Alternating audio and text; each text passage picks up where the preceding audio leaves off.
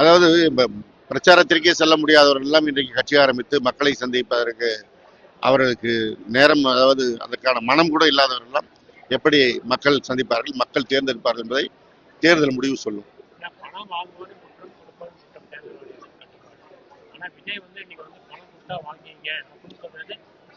அவருக்கு அரசியலும் தெரியாது, அரசியலமைப்பு சட்டமும் தெரியாது, மக்கள் மனமும் தெரியாது, எதுவும் தெரியாமல் இன்றைக்கு தன்னுடைய ரசிகர்களை நம்பி ஒரு நடிகர் என்கின்ற அளவிலேயே வசனம் பேசி கொண்டு வந்து கொண்டிருக்கிறார். மக்கள் பதிலளிப்பார்கள். தேர்தல் ஆணையம் அது குறித்து நடவடிக்கை எடுக்க வேண்டும். திராவிட முன்னேற்ற கழகத்தின் தேர்தல் அறிக்கை எப்பொழுதும் மக்களை மனம் கவர்கின்ற அறிக்கையாக இருக்கும்.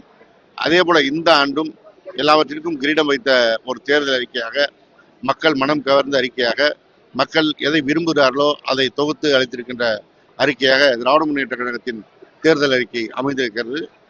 பெரிய வரவேற்பினை இந்த தேர்தல் அறிக்கை பெற்றிருக்கிறது. எடப்பாடி பழனிசாமி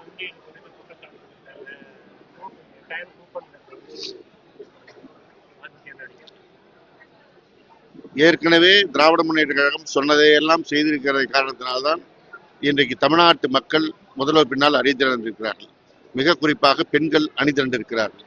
எனவே பெண்களுக்கான திட்டங்களை மாண்பு முதலமைச்சர் அறிவித்திருக்கிறார். எடப்பாடி பழனிசாமி திராவிட முன்னேற்ற கழகம் எதை சாதனையாக செய்ததோ அந்த சாதனையை காப்பி அடித்து ஒரு தேர்தல் அறிக்கை வெளியிட்டார். அதற்கு வரவேற்பு இல்லை. அதன் காரணமாக, அந்த மனப்புழுக்கத்தின் காரணமாக இது போன்று பேசிக் கொண்டிருக்கிறார். வரக்கூடிய அந்த 5 ஆண்டுகள்ல 10,000 புதிய பேருந்துகள்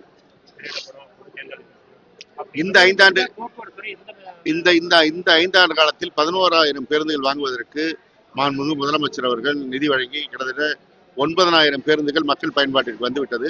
மீதி இருக்கின்ற பேருந்துகள் தயாரிப்பு நிறுவனம் வழங்க மக்கள் பயன்பாட்டிற்கு வர இருக்கிறது.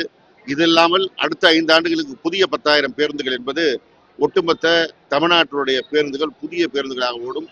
இந்தியாவிற்கே ஒரு வழிகாட்டுகின்ற போக்குவரத்து நிறுவனம் ஏற்கனவே தமிழ்நாடு திகழ்கிறது. இந்திய அளவில் விருது வாங்குகின்ற நிறுவனமாக தமிழ்நாடு போக்குவரத்து கழகம் தான் இருக்கிறது. இந்த 10,000 பேருந்துகள் வரும்போது ஒரு மிகப்பெரிய மாற்றமாக இருக்கும். மக்களுக்கு மிகுந்த மகிழ்ச்சியை தரும்.